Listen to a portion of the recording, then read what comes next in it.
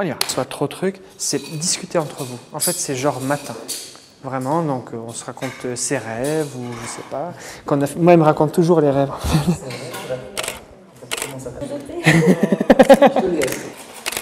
C'est chouette. Viens, je vais te débarrasser de ça. Je vais juste... Hop. Attends, non, je vais te l'offrir. Le gars ne sait jamais ce qu'il veut. Voilà, juste... Voilà. Bouge pas. Baisse un petit peu le bol. Voilà.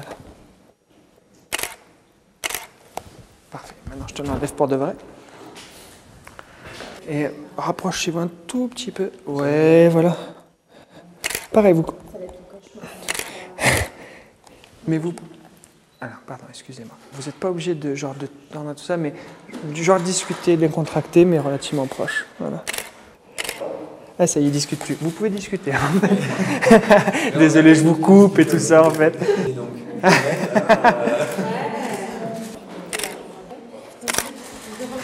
Alors, Mia, est-ce que tu peux te mettre sur lui, tu vois, il va te servir un peu de siège, tu vois ce que je veux te dire?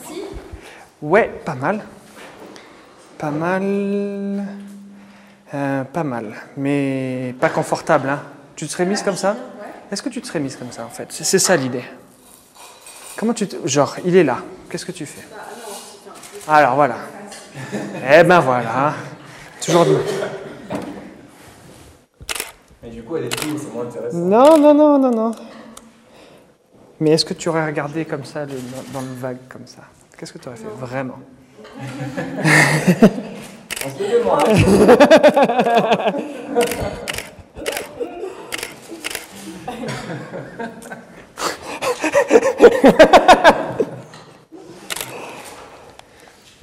Ouais, voilà, plus ça.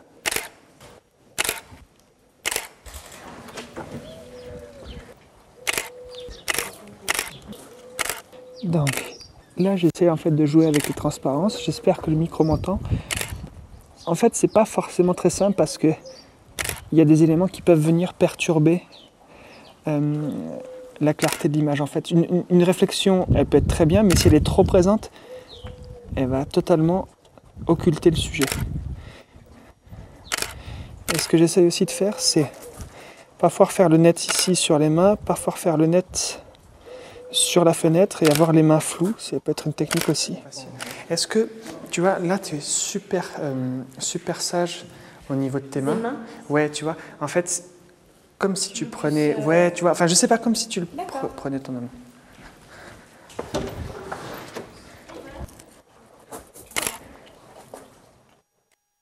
Ok, mais tu peux la faire rigoler. Alors vous avez vu qu'il n'y a pas les photos?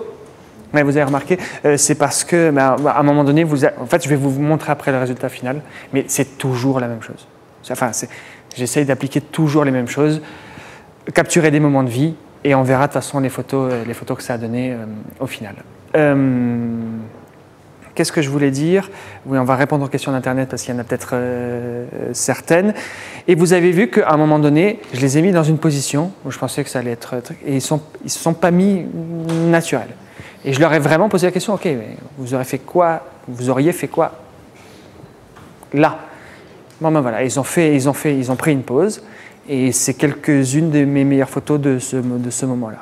Parce qu'ils ont choisi la pose, c'était à l'aise. Et vous avez vu qu'à un moment donné, quand ils se sont mis l'un en face de l'autre, vous allez voir les photos à la fin que j'ai sélectionnées. Et en fait, elle a commencé par regarder dans le vague et la direction du regard est extrêmement importante pour moi. Oui. Alors, on a une question de Aurélia. Est-ce que tu montres quelques photos de la prise de vue au couple pendant la séance pour qu'ils aient une idée du rendu? Ça peut m'arriver. Les mannequins, là, ça, voilà. Alors, ça peut m'arriver, néanmoins. Un petit tips que j'utilise, c'est que souvent, les femmes ont des complexes. Les hommes peuvent en avoir aussi, mais disons que les femmes sont un peu plus complexées que les hommes. Sur le physique, et peu importe que ce soit un top modèle ou une personne, enfin pas un mannequin, c'est toujours la même chose. Et donc, je montre, donc je fais bien attention à la photo que je montre, c'est vraiment la meilleure, donc je choisis vite fait là où ils sont bien tous les deux, une belle image quand même, je ne vais pas lui montrer où elle est en train de rigoler et que ça lui fait faire une grimace, je ne lui montre pas cette photo-là, parce que le problème c'est que c'est très important, c'est à double tranchant, c'est-à-dire que vous lui montrez la photo, si ça ne lui plaît pas, elle risque de se refermer pour la séance en se disant « merde, je ne suis pas bien ». Donc en gros, moi ce que je fais, c'est que quand il y a quelque chose vraiment qui ne va pas, je leur explique. S'ils n'ont toujours pas compris, je leur montre. Par exemple, c'est quelque chose que je n'ai pas expliqué, c'est qu'en fait, quand j'ai dit que Caroline, elle était engoncée sur le lit, quand elle était engoncée, c'est qu'en fait, ça lui faisait un double menton. Je ne lui ai pas dit, écoute, là, on voit ton double menton. C'est pas beau. Non, je lui ai dit, elle est un peu engoncée, on va changer de position pour avoir un meilleur port de tête, etc. Donc, toujours voir déjà le côté positif. Et donc, quand je leur montre, surtout à une femme, je lui montre très peu de temps. C'est-à-dire, j'ai bien choisi la photo que je vais lui montrer, je fais regarder la photo, ou alors quand j'en ai une bonne, c'est-à-dire, je n'attends pas qu'il me la demande, quand j'en ai une bonne de photo, je fais, ah ben, regardez, là, vous êtes canon. Et là, comme c'est une très bonne photo que j'ai sélectionnée, parce que là, je vois que j'ai quelque chose de bon, je le montre 5-6 secondes, les gens sont rassurés, ok, on n'est pas en train de faire n'importe quoi, voilà, et voilà. Donc, c'est comme ça que je fais. Après, un mannequin, c'est totalement différent, parce qu'un mannequin, sur des séances genre portrait, on peut exactement lui montrer en disant, voilà, je veux plus ça, être beaucoup plus explicite et tout ça. Mais parce que c'est son métier de recevoir du feedback du photographe. Maintenant, un couple avec peut-être une personne qui est complexée, on lui montre une photo qui ne lui plaît pas, ouais, ça peut être catastrophique après pour l'ambiance de la séance. Oui. Alors, il y a Ginette qui demande, pour mettre en valeur les modèles, vaut-il mieux pas éviter de prendre des photos prises en dessous, parce que c'est peut-être moins flatteur s'il y a des doubles mentons. Et donc, ça m'amène aussi à une question qui est comment faire pour photographier des personnes qui sont peut-être un peu plus fortes, ou même des personnes qui ont des tailles complètement différentes. Ouais. Ok, alors en fait, il n'y a rien qui change pour moi, forte ou pas forte, à part pour les portraits isolés. C'est-à-dire que là, une femme, et je vais en toucher un mot après, c'est qu'une femme, je ne vais pas la positionner pareil qu'un homme, pour essayer d'affiner sa silhouette par rapport à une pose. Mais c'est des trucs extrêmement simples, donc on verra sur la vidéo et que je reprendrai ici sur le plateau pour vous montrer un peu plus précisément.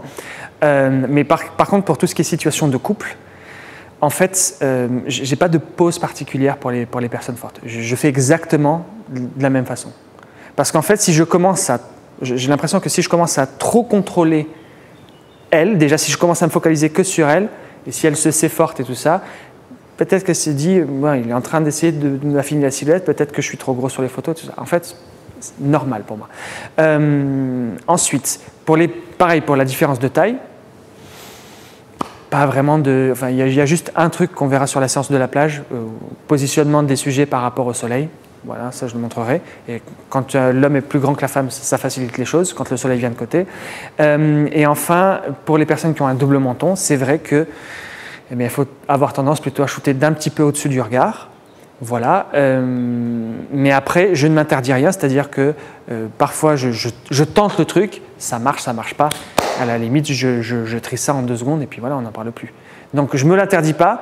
Mais c'est vrai que quand il y a vraiment un double menton qui est apparent d'entrée, parce qu'après, n'importe qui, en tous les cas, moi j'ai un double menton, mais moi, si vous me prenez d'en dessous, c'est sûr, il y a le double menton, il se voit. Mais donc, si je vois que d'entrée, ça se voit, je vais plutôt shooter du dessus, d'entrée. Maintenant, si ce n'est pas apparent, et par exemple, Caroline, quand vous la regardez, elle n'a pas un double menton, c'est juste que la position fait que. Et à ce moment-là, je le regarde et j'évite. Voilà, cette vidéo est terminée. J'espère qu'elle vous a plu et qu'elle vous aidera à progresser. Si c'est le cas, n'hésitez pas à la partager pour que le plus grand nombre puisse en profiter. Vous pouvez appuyer sur les boutons pour vous abonner à notre chaîne YouTube et ne rien louper de la suite. Vous pouvez aussi télécharger notre bonus gratuit. Merci de nous avoir suivis et à très bientôt sur Ampara.